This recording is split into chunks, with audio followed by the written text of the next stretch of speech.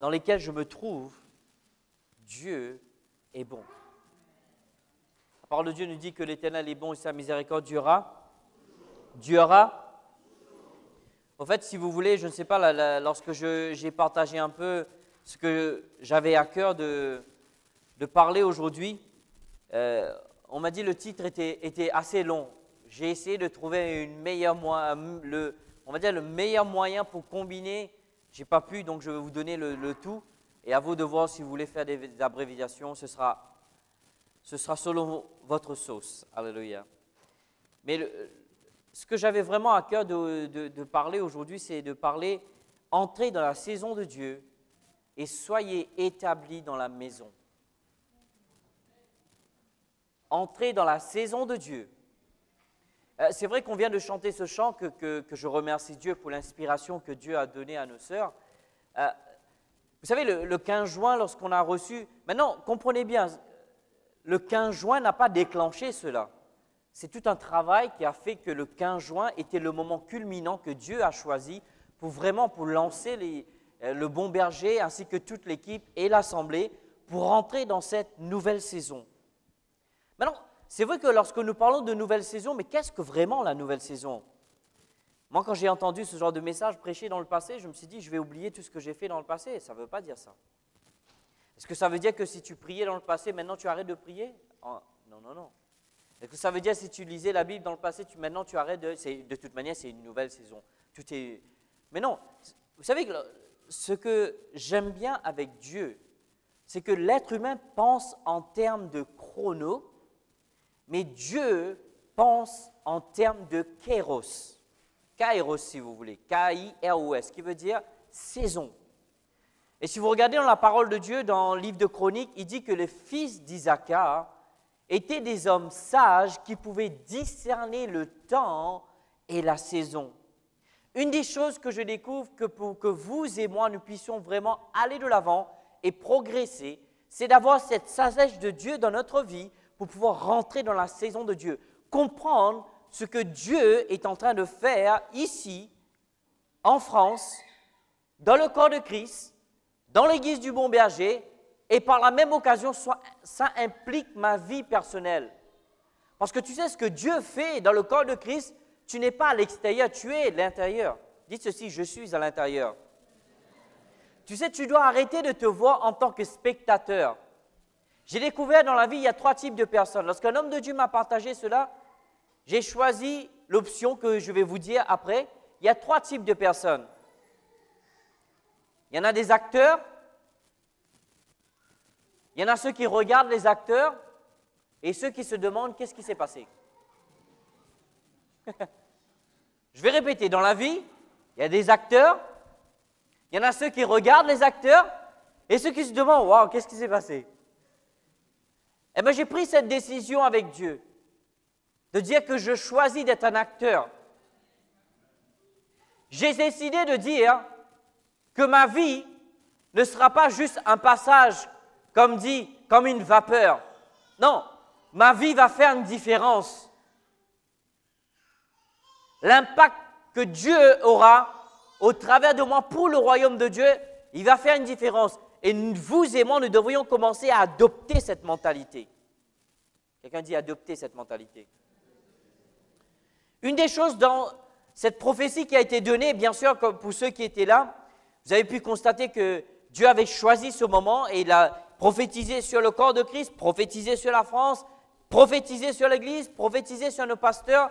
Une des choses qui a débuté, c'est là, il dit « Je vais restaurer les fortunes spirituelles de la France ». Et tu sais, ça m'a vraiment encouragé, pasteur Jean-Pierre, parce que je me rappelle des années en arrière, dans un temps de prière, Dieu me dit qu'il va utiliser la France pour être un témoignage pour le monde entier. Et tu sais, lorsqu'on parle de la France au niveau mondial, c'est comme si le bouc noir, tu vois ce que je veux dire?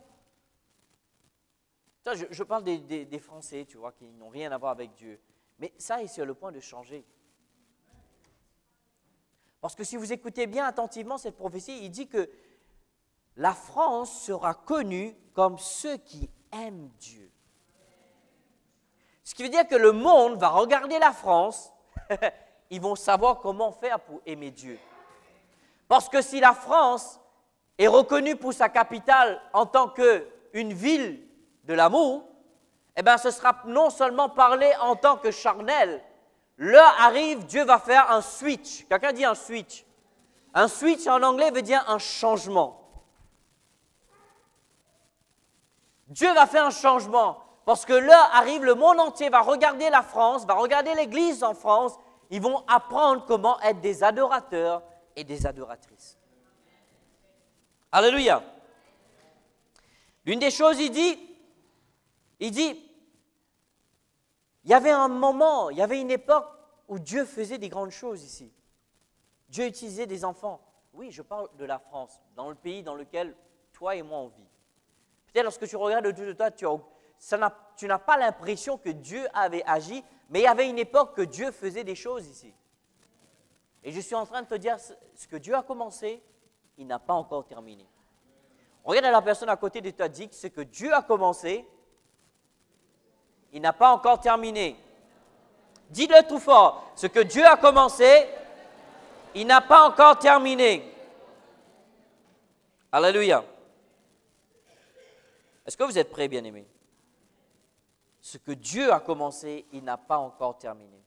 Donc, nouvelle saison, nouvelle onction, nouvelle vision, nouveau manteau. Ouvrez votre Bible dans Ésaïe, le chapitre 42, s'il vous plaît. Ésaïe, le chapitre 42. Nous allons lire 2 versets dans Ésaïe, le chapitre 42 et ensuite le chapitre 43. Comme vous pouvez constater, c'est le chapitre qui vient juste après. Je voudrais juste lire un verset, premièrement, dans Ésaïe, le chapitre 42.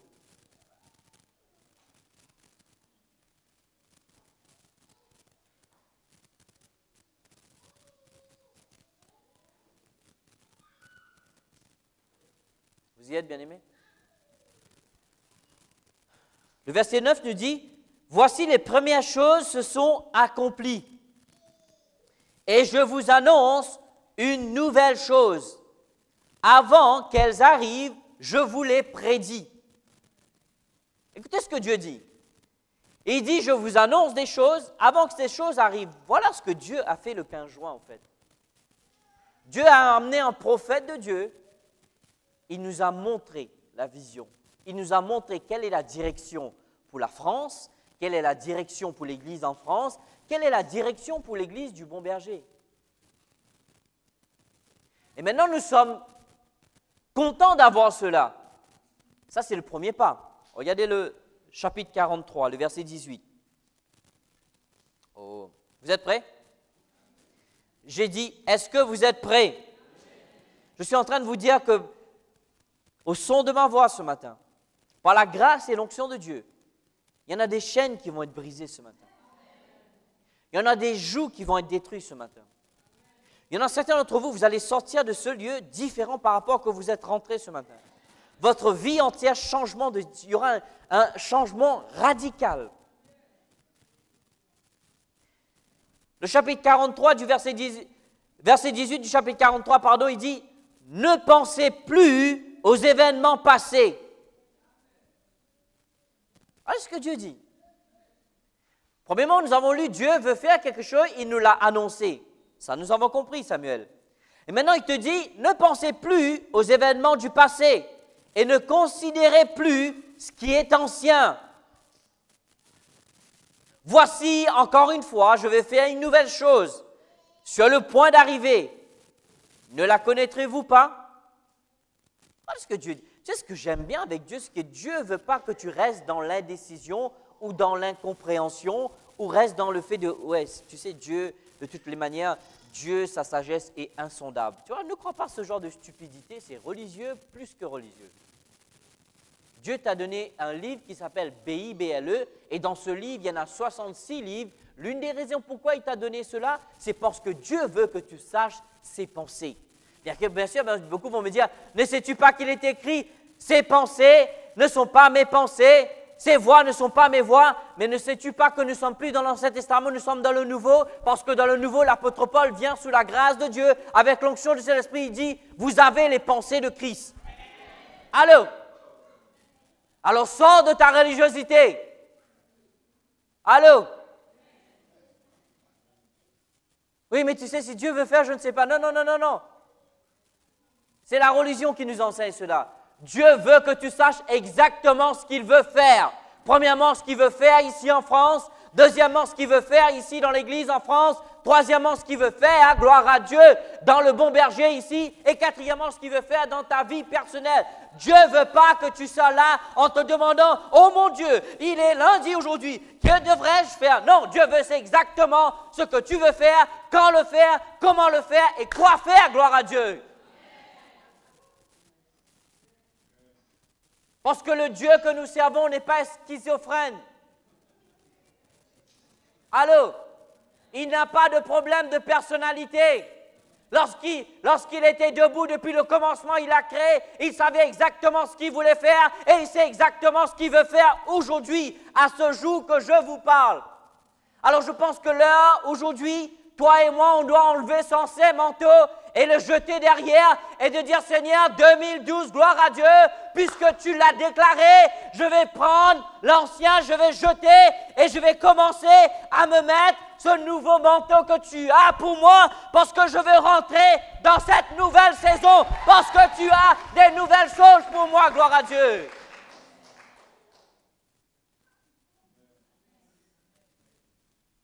Laisse ton passé. Écoutez-moi bien. Ne reste pas attaché à ton passé. À cause de tes échecs, laisse-moi te dire, ce n'est pas un sermon que je suis en train de te dire, je suis venu directement et je crois fermement que c'est une parole du ciel pour toi ce matin. Si tu écoutes exactement ce que Dieu veut faire, ta vie est sur le point de changer, ta destinée est sur le point de changer radicalement, gloire à Dieu.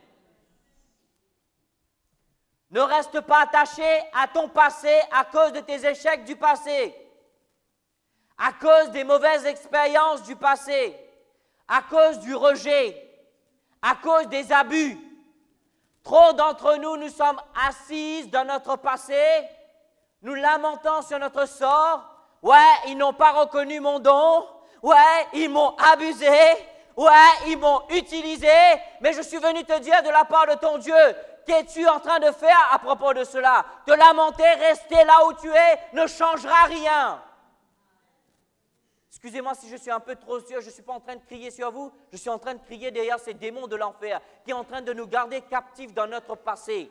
Dieu merci pour notre passé. Je crois de tout mon cœur que Dieu est un Dieu de restauration. Peu importe ce qui a pu nous arriver, peu importe ce qui a pu se passer, peu importe les choses qui a pu nous arriver, je crois que le Dieu que toi et moi nous servons est un Dieu de restauration. Comme le pasteur Jean-Pierre a dit, Proverbe 6, 31, si tu vois le voleur, il doit restituer 7 fois plus. Alors je voudrais prophétiser sur toi, frères et sœurs. Si Dieu a pu empêcher toutes ces choses, il va restaurer aussi au nom de Jésus. Ce que l'ennemi t'a volé spirituellement, Dieu est sur le point de restaurer 7 fois plus. Ce que l'ennemi a volé, alléluia, dans tes finances, Dieu est sur le point de restaurer. Alors ne reste pas attaché de ton passé, gloire à Dieu. Ne regarde plus derrière toi, regarde devant toi, lève les yeux, regarde en haut, car le salut vient d'en haut, pas de derrière, gloire à Dieu. Oh, je ne sais pas pour vous, gloire à Dieu, je suis juste excité.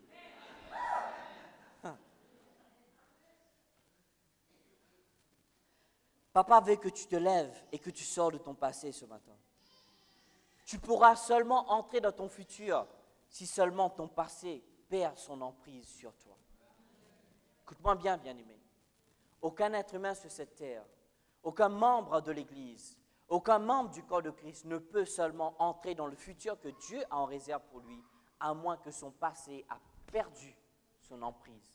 Certains d'entre nous faisons un pas et notre passé nous tire. Certains d'entre nous faisons un demi-pas, mais notre passé nous retire. L'heure arrive, tu dois commencer à te lever.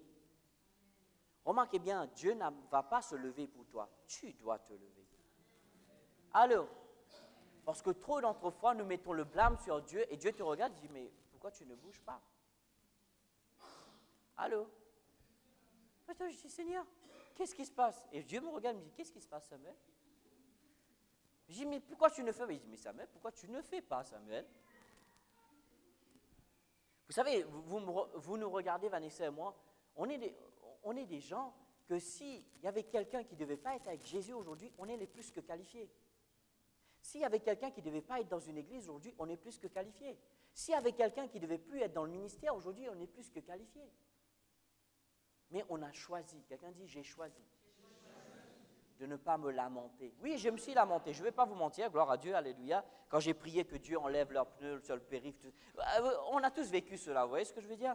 Mais c'était une transition, gloire à Dieu. Mais gloire à Dieu, je ne veux plus rester dans mon passé. Je veux entrer dans le futur que Dieu a pour moi. Alors Dieu l'a déclaré, je veux rentrer dans cela. Qu'en est-il de toi? Ce matin, Dieu veut que tu fasses l'ajustement. Et je vous dis, c'est un message, Pasteur Jean-Pierre, je sais. Et même, je dirais même, je veux insister dessus. Ne regarde pas, s'il te plaît, à la personne à côté de toi, parce que Dieu te parle à toi. T-O-I, toi. OK?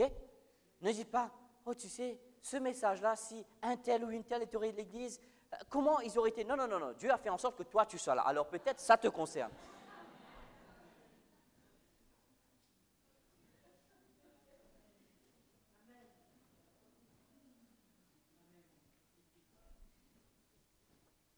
Ceux qui ont peur de s'engager, écoutez bien ce que Dieu dit. C'est l'heure de te lancer dans la foi, frères et sœurs. Ceux qui hésitent, c'est l'heure de se lancer dans ta décision. Ceux qui n'ont aucune idée, c'est l'heure de prendre l'initiative. Allô? 3 choses. Lancer dans la foi, prendre la décision et prendre l'initiative. Oh, tu sais, Samuel, je crois que si Dieu veut faire, il va le faire. Oui, mon frère, oui, ma soeur. Parce qu'aujourd'hui, tu t'es réveillé et en un clin d'œil, tu t'es retrouvé au Bon Berger, au 215 avenue Président Wilson, juste comme ça, tu vois. Non, tu t'es levé, tu t'es lavé, j'espère pour toi, alléluia. Tu t'es préparé, alléluia. Tu as pris ta voiture, ça s'est fait tout seul? Non. Non. Il y a eu une décision de ta part, il y a eu l'initiative de ta part. Alors pourquoi concernant la destinée et le destin que Dieu a pour toi, tu mets tout sur Dieu? Dieu n'est pas à blâmer dedans. Tu dois faire le choix, tu dois prendre l'initiative, tu dois prendre la décision. Personne ne le prendra pour toi. Allô? Allô? Alors c'est l'heure de se lever. Regarde la personne à côté de toi, dis-lui, Dieu te parle ce matin. Alors lève-toi. Je vais même aller un peu plus loin.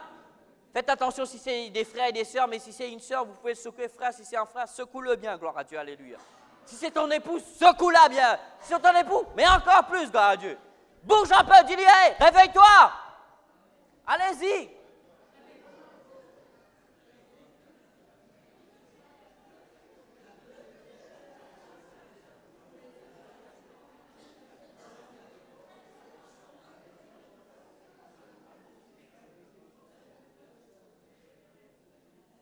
Je serais fou de croire qu'il n'y en a pas au moins une dizaine ici dans ce lieu qui sont toujours en train de lutter. Qu'est-ce que je dois faire? Où est-ce que Dieu veut que je sois? Je n'ai aucune idée. Je vois un tel, je vois une telle, mais moi, je n'ai aucune idée. Hey, arrête. Lève-toi. Prends la décision. Fais le choix. Et bouge. C'est l'heure de se lever, bien-aimé. C'est l'heure de prendre la décision. Laisse-moi te dire, Dieu, depuis le 15, a déclenché le train. Laisse-moi te dire, je ne sais pas pour toi, je n'ai pas envie de courir derrière le train, j'ai envie d'être dans le train. Alléluia. Wouh! Alléluia. Amen. Lorsque les autres vont parler de l'œuvre de Dieu, je ne vais pas dire, ah ouais, tu as vu, je vais être ceux qui vont dire, hey, tu sais quoi, quand Dieu était en train d'étendre ses mains au travers du pasteur Jean-Pierre pour guérir les paralytiques, pour ouvrir les yeux des aveugles, j'étais juste là, à côté. Alléluia. Hey, quand Dieu était en train de libérer les apôtres, les prophètes, les évangélistes, les pasteurs, les docteurs, au travers du ministère du pasteur Robert et pasteur Catherine, hey, j'étais pas loin, j'étais juste derrière. Alléluia, j'étais à côté. Je vais être dans le train. Qu'en est-il pour toi? Alors arrête de tourner en rond, arrête de te plaindre, arrête de te lamenter, ça ne change rien. Tout ce que ça va faire, ça va te rendre un chrétien amer. Laisse-moi te dire ceci, il y aura toujours quelqu'un qui ne sera pas gentil avec toi. Tu sais pourquoi? Parce que toi aussi tu n'es pas gentil avec les uns les autres des fois. Tu veux que ça change? Change.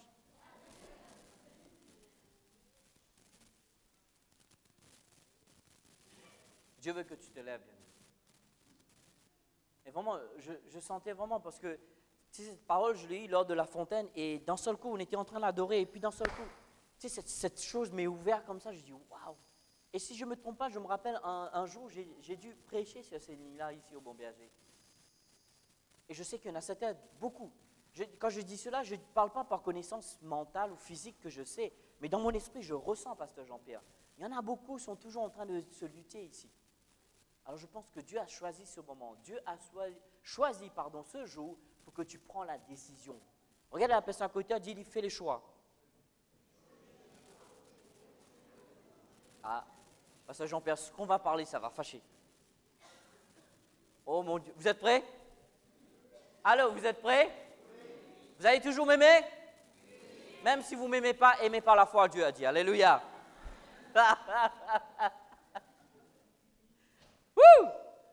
Vous êtes prêts? Vous êtes prêts? Vous êtes vraiment prêts? Alors, maintenant, il faut assumer ce que vous venez de dire. Dieu ne veut pas que tu passes de maison en maison. Je voudrais vous demander de m'excuser parce que, en fait, moi, je voulais vraiment passer chez un fleuriste pour vraiment vous illustrer ce que je suis sur le point de vous le dire. Il y a 15 ans de cela, Dieu m'avait donné cette révélation. Deux choses que Dieu m'a parlé concernant l'Église en France. Dieu ne veut pas que nous soyons des prostituées. Et deuxièmement, Dieu veut qu'on soit établis dans la maison. Quels sont ces deux ingrédients par rapport à ça? Une prostituée, ça change. Et c'est ce que certains d'entre nous spirituellement qu'on fait. On passe d'église en église. Après, on se demande pourquoi notre vie ne change pas. Je vais juste te prendre un exemple. Toi et moi, on prend une plante, on plante. Je ne suis pas expert en jardinage, mais pour le peu que j'ai fait avec mon père, tu sais, quand tu achètes un petit arbuste, tu sais, quand tu retires avec sa terre. Et tu le prends, tu le mets dans la grande terre, n'est-ce pas? Mais avant que tu le mettes dans la grande terre, tu dois le mettre dans un petit pot quelque part. Mais si toi et moi, on passe notre temps à changer de pot, à changer de pot, à changer de pot, à changer de pot, à changer de pot, qu'est-ce qui va se passer? Je vous entends pas. Qu'est-ce qui va se passer? Allô? Je vais vous dire ce qui va se passer. Ce n'est pas spirituel, c'est juste naturel. La plante, premièrement, ne va pas grandir. Deuxièmement, la plante risque de flétrir. Troisièmement, il risque de mourir. Quatrièmement, il n'y aura pas le temps d'établir ses racines. Qu'est-ce qui nous garde au travers des tempêtes de la vie, si ce n'est que nos racines? Et après, tu te demandes pourquoi ta vie est si déformée. Et tu te demandes pourquoi tous les 4 matins, tu te réveilles, tu es si dépressif que tu n'as aucune idée de ce qui se passe. Dieu sait ce qui se passe, c'est que tu ne veux pas. Je vais te dire pourquoi des gens passent des églises en église. Parce qu'ils ne veulent pas tout simplement grandir. Si tu ne peux pas dire Amen, tu dis ouille-moi, c'est le même tarif. Parce que j'ai été là-bas moi aussi. Parce que tu vois, mes péchés, tu vois, mes jardins secrets, tout, tu vas voir, pasteur Jean-Pierre. Mais tu vois, ça, c'est it's mine, tu vois. Parce que quand tu es dans une famille d'église, tu vas commencer à te frotter à des gens. Et quand tu te frottes à des gens, les gens te voient des choses que tu ne vois pas. Et ils vont être comme un miroir avec toi. Et lorsqu'ils vont commencer à refléter, tu dis « Oh, il n'y a pas d'amour dans cette église. On me critique toujours. Je ne sais pas pourquoi. On me dit que j'ai une grande bouche. Eh bien, peut-être que tu as une grande bouche. »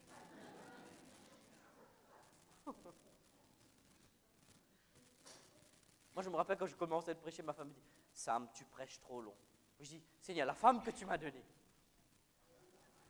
Mais j'ai dit arrivé à une conclusion « Mais Samuel, tu prêches vraiment trop long. » Il fallait que je change.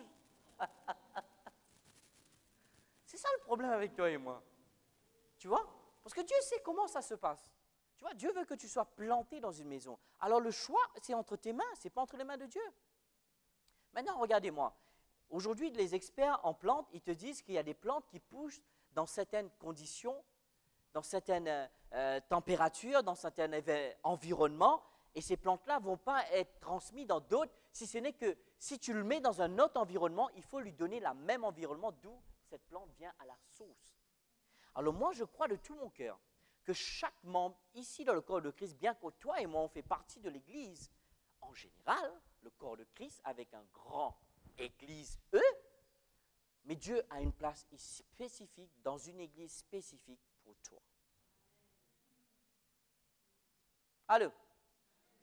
Parce que Dieu sait exactement comment tu es et il a fait déjà la place pour toi. Tu vois, Dieu, ce que j'aime avec Dieu, tu vois, Dieu crée l'environnement, ensuite il met l'être humain. Il n'a pas fait l'être humain, il a créé l'environnement. Non, Dieu crée l'environnement d'abord. Moi, je crois de tout mon cœur que pour chacun d'entre vous, il y a une église spécifique pour vous. Mais le problème, voilà pourquoi toi et moi. Parce qu'on ne veut pas s'ouvrir, tu vois. Nos vaches sacrées, on veut les garder. Est-ce que quelqu'un peut dire amen à cela? Alors la décision est entre tes mains, frères et sœurs. Quelqu'un dit la décision est entre tes mains. Tu vois, il y a ton passé qui te bloque.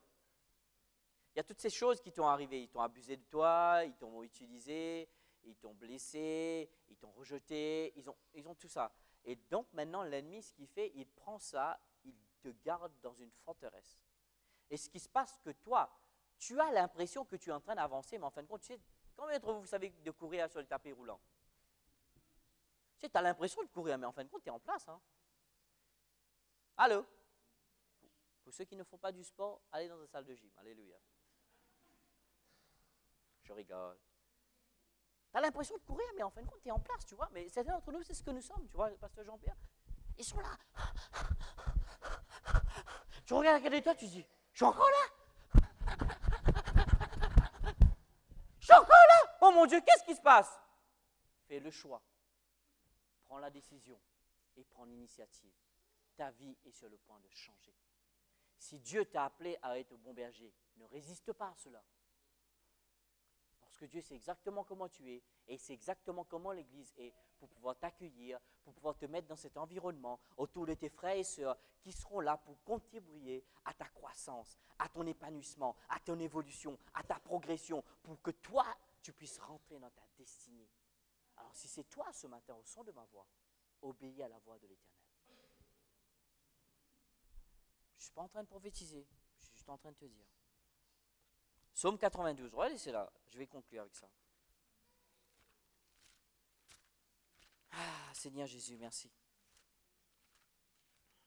Psaume 92, vous y êtes?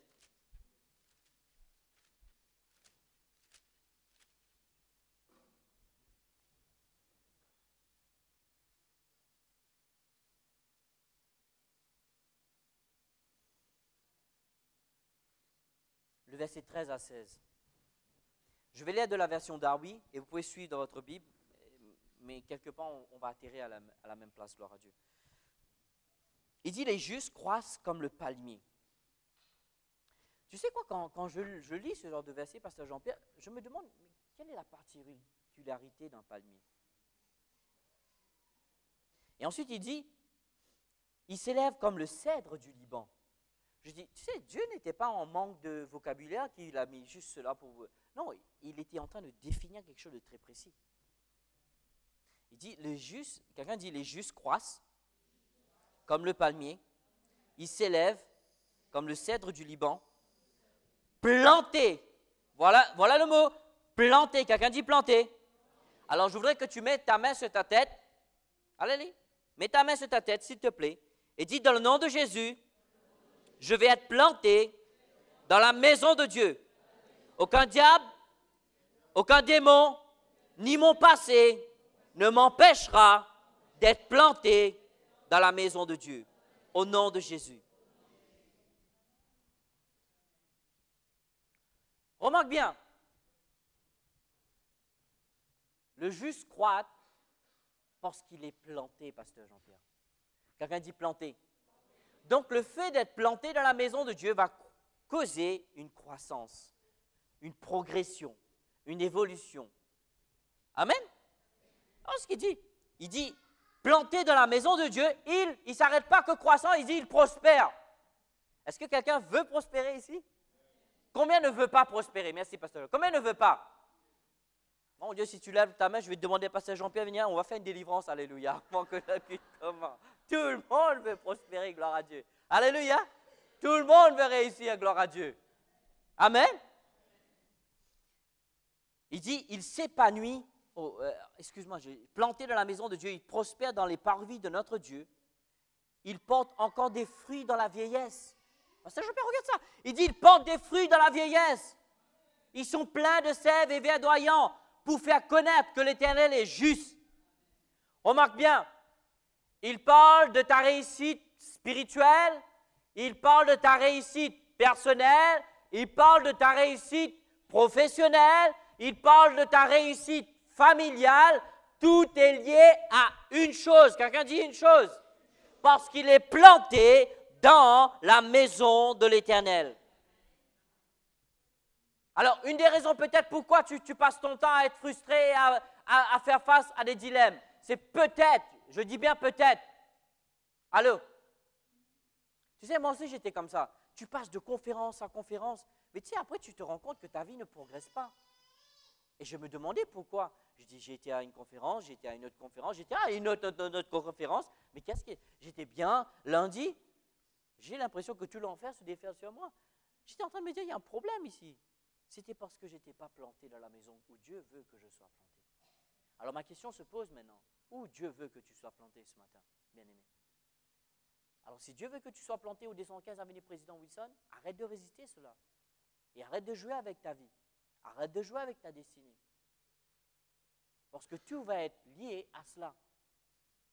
Parce que Dieu veut faire quelque chose, mais il a créé une condition climatique autour de toi pour te mettre dans un lieu comme cette plante qui a été désignée. Comme moi, je sais qu'il y a certaines plantes qui poussent à l'île Maurice qui ne poussera pas en Europe, si ce n'est qu'à moins que je donne l'environnement qu'il y a à l'île Maurice, température, le soleil, le climat tropical. Ensuite, ces plantes-là vont pousser.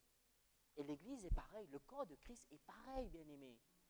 Alors Dieu veut que tu sois verdoyant, Dieu veut que tu prospères, Dieu veut que tu sois comme le palmier qui est solide, droit. Alléluia.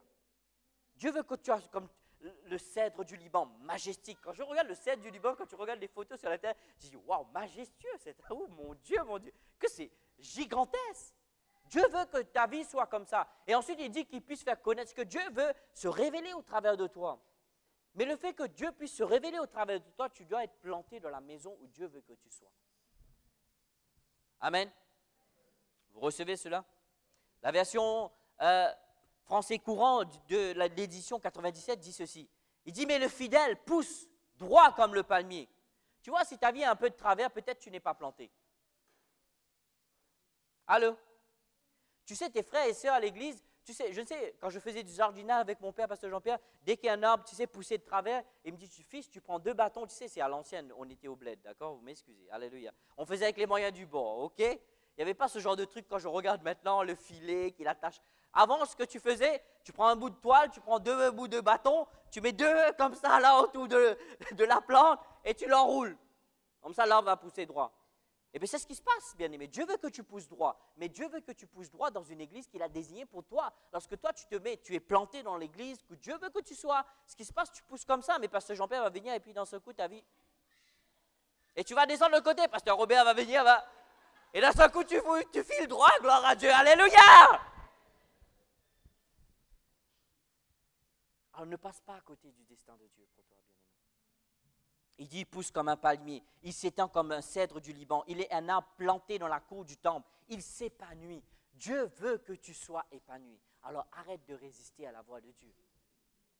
J'en suis convaincu. Tu sais, plusieurs fois ici, dimanche, pendant l'adoration, Dieu me met à cœur, prie pour ces gens-là. Ils sont en train de lutter dans leur choix, en train de lutter dans leurs décisions. Gloire à Dieu, alléluia. Peut-être tu ne sais pas ce que ton domaine te réserve, mais au moins une chose que tu sais, Dieu veut que tu prennes la décision aujourd'hui. Laisse-moi te dire, bien-aimé, le jour que je suis venu au Bon Berger, j'étais loin de savoir ce que je suis en train de faire. Quand j'ai connu le pasteur Jean-Pierre, je serais loin de savoir que je serais à ses côtés en train de le soutenir pour travailler main dans la main ensemble. Quand j'ai rencontré le pasteur Robert, j'étais loin de savoir si j'allais être sous son autorité pour travailler ensemble. Mais Dieu, dans sa sagesse, savait exactement ce qu'il voulait faire. Mais parce que je n'ai pas résisté, je ne suis pas passé à côté. Je remercie Dieu pour mon épouse, gloire à Dieu. Je vous dis, le jour qu'elle m'a commencé à me dire, les gens me voient ici au Bon Berger, je dis oui, oh, il a écouté là-bas. C'était pas si facile que ça. Je veux dire, quelqu'un qui tu prêches tous les 3-4 fois par semaine. Je veux dire, tu voyages, tu vois, venir dans une église et ne rien faire, rester assis, écouter quelqu'un te prêcher. Écoute, Je suis né la nuit, mais pas hier soir, quoi. Mais j'ai obéi à la voix de Dieu. Voilà, ici, aujourd'hui, je disais cela, tu sais, je suis reconnaissant envers Dieu pour la famille que Dieu m'a donnée. Je sais qu'aujourd'hui, je peux quitter la France et aller faire quelque chose pour Dieu sans que je m'inquiète pour mon épouse, sans que je m'inquiète pour mes enfants. Parce que je sais que la famille du Bon-Berger va s'occuper de ma femme, va s'occuper de mes enfants. Parce que maintenant, j'ai une famille. Je ne suis pas un orphelin, ni un abandonné, ni un délaissé. Je suis quelqu'un qui est établi dans la maison de Dieu. Et j'ai une famille maintenant, gloire à Dieu. Mais qu'en est-il pour toi?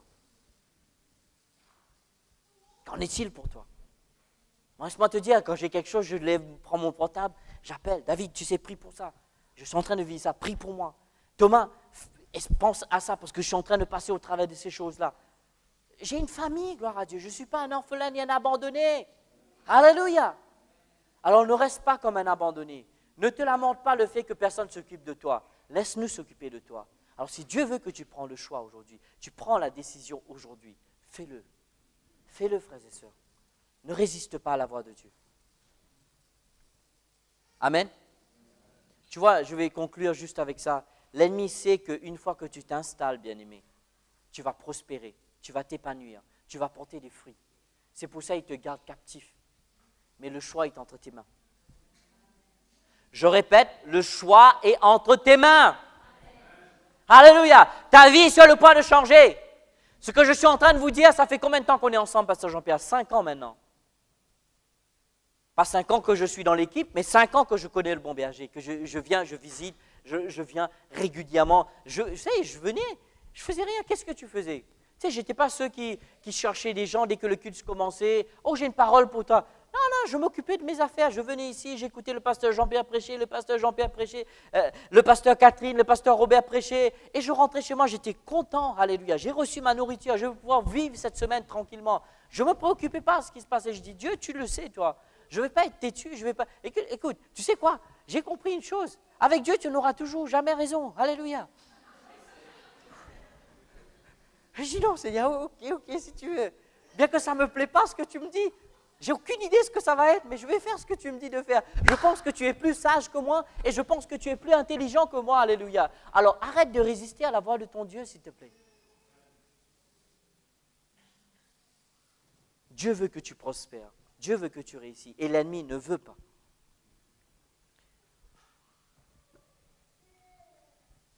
Mon temps est écoulé, alléluia. Alors que veux-tu faire? Que veux-tu faire? La raison pourquoi j'ai fait vraiment prêcher de 30-35 minutes, parce que je crois vraiment, Pasteur Jean-Pierre, Dieu veut travailler notre cœur. Je veux juste inviter l'équipe de louange de prendre place. Je crois vraiment. Tu sais, ma prière, c'est ceci, bien-aimé. Écoute, ce n'est pas ce que j'aurais dit qui est plus important. Moi, je suis juste le sujet mineur de ce qui va se passer aujourd'hui, bien-aimé. Le plus important, c'est qu'est-ce que Dieu te dit actuellement dans ton cœur. Est-ce que tu es planté dans la maison de Dieu? Est-ce que tu vas continuer à vraiment saboter ton destin, saboter ton futur, saboter l'avenir de ce que Dieu a pour toi? Est-ce que tu vas continuer de passer de gauche à droite, de droite à gauche? Ce matin, Dieu veut que tu sois planté. Alors, frères et sœurs, je te prie au nom du Seigneur, avec la compassion de Dieu, s'il te plaît, ne quitte pas ce lieu sans prendre cet engagement. Je vais juste faire une courte prière et je vais vous laisser. Nous allons prendre ce temps dans la louange d'adoration. Père Céleste, je veux te remercier pour ce temps et merci pour cette parole. Père, je me rappelle, c'est vrai que quelques années en arrière, je sais que ce n'était pas facile de prendre cette décision. Même lorsque Vanessa est venue me parler de l'église ici, c'est vrai, Seigneur, j'ai résisté. Mais j'ai fait le choix. Alors papa, je crois aussi que tu vas travailler dans le cœur de mes frères et mes sœurs, comme tu l'as fait dans mon cœur, Père. Et je prie que ici, dans ce lieu, personne, je dis bien personne au nom de Jésus, ne passera à côté du destin de Dieu. Dans le nom de Jésus. Et toute l'église dit que Dieu vous bénisse. Merci. J'ai choisi mon camp, c'est ce